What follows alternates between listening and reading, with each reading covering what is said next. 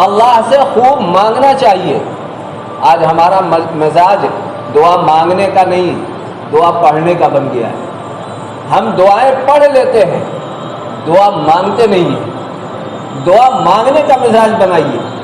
ہم میں سے سب کا مزاج وہی بن گیا ہے، نماز کے بعد ہوئی یا وہ بھی جو دعا ہوئی فوراً ہاتھ اٹھایا، ربنا آتنا فی الدنیا حسنہ، دھڑا دھڑ جو ہے پڑھ کر کے ختم کر دیا۔ یہ دعائیں پڑھنا ہوا۔ ایسا نہیں ہے کہ دعا پڑھنے پہ ثواب نہیں ملے گا، دعا پڑھنے پہ اللہ تبارک و تعالیٰ دے گا نہیں، دعا پڑھنے کا بھی حکم دیا گیا ہے، لیکن دعا مانگنے کی خوب تاکید کی گئی ہے کہ لوگوں مانگو، مجھ سے مانگو۔ اور مانگنے کا مطلب یہ ہے کہ بندہ اللہ تبارک و تعالیٰ کے سامنے اڑ جائے کہ اے اللہ تو مجھے دے دے، اے اللہ تو نہیں دے گا تو کون دے گا، تجھے دینا ہی پڑے گا، اے اللہ تو دے دے، اے اللہ تو ہمیں بخش دے، اے اللہ معاف کر دے، تو نہیں معاف کرے گا تو کون معاف کرے گا۔ بندہ بالکل اڑ جائے، اصرار کے ساتھ، تضرع کے ساتھ، عاجزی کے ساتھ رو کر کے بندہ اللہ تبارک و تعالیٰ کے سامنے اپنے دونوں ہاتھوں کو پھیلا کر کے کہے اے اللہ تو دے دے، اے اللہ تو ہی رحم کرنے والا ہے، تیرے علاوہ کوئی ہماری بگڑی بنانے والا نہیں۔ تو دعا پڑھنے کے ساتھ ساتھ ہم دعا مانگے بھی۔ اور آخری چیز ایک یہ کہ یہ رمضان کا مہینہ جو چل رہا ہے، اس کے آخری عشرے میں رسول اللہ صلی اللہ علیہ وسلم اعتکاف کیا کرتے ہیں۔ یہ بھی اسی کی کڑی ہے، اللہ کا قرب حاصل کرنا ہے، اللہ کو بندہ منانا چاہتا ہے، اپنا بنانا چاہتا ہے۔ اسی سلسلے کی کڑی یہ ہے کہ رمضان کے آخری عشرے میں اللہ تبارک و تعالیٰ کے گھر میں، مسجد میں، جہاں پہ اللہ تبارک و تعالیٰ کا نور اترتا ہے، ہدایت کا نور جہاں پہ اترتا ہے، برکتیں جہاں پہ برستی ہے، انوار کا سیلاب جہاں پہ آتا ہے، اس جگہ جا کر کے بندہ دھرنا دے دے کہ اللہ 20 دن تو گزر گیا، اب یہ 1 مہینے میں سے 10 دن باقی ہے، میں تیرے در سے ٹلوں گا نہیں جب تک کہ بخشوا نہ لوں، جب تک کہ اپنی بگڑی بنا نہ لوں۔ اس لیے یہ آخری عشرے کا جو اعتکاف ہے رسول اللہ صلی اللہ علیہ وسلم پابندی کے ساتھ کیا کرتے تھے۔ ہمیں بھی جس کو موقع ہو، حالات جس کے ہوں، اس سنت پہ عمل کرنا چاہیے۔ یہ سنت مؤکدہ علی الکفایہ ہے، یعنی محلے کے کسی ایک شخص نے بھی اگر کر لیا تو سب کا ذمہ فارغ ہو جائے گا، اور اگر کسی نے بھی نہیں کیا تو باز پور سے ہو جائے گی۔ اس لیے اس مسجد میں بھی، ہماری اس مسجد میں ایسے لوگ ہونے چاہیے جو اعتکاف میں بیٹھے، اور یہ اعتکاف میں بیٹھنے والا تمام لوگوں کی جانب سے وکیل ہوتا ہے۔ ایسا نہیں کہ جو اعتکاف میں بیٹھا ہے صرف اسی کا فائدہ ہے، پوری مسجد والے اور پورے محلے والوں کا اس میں فائدہ ہے۔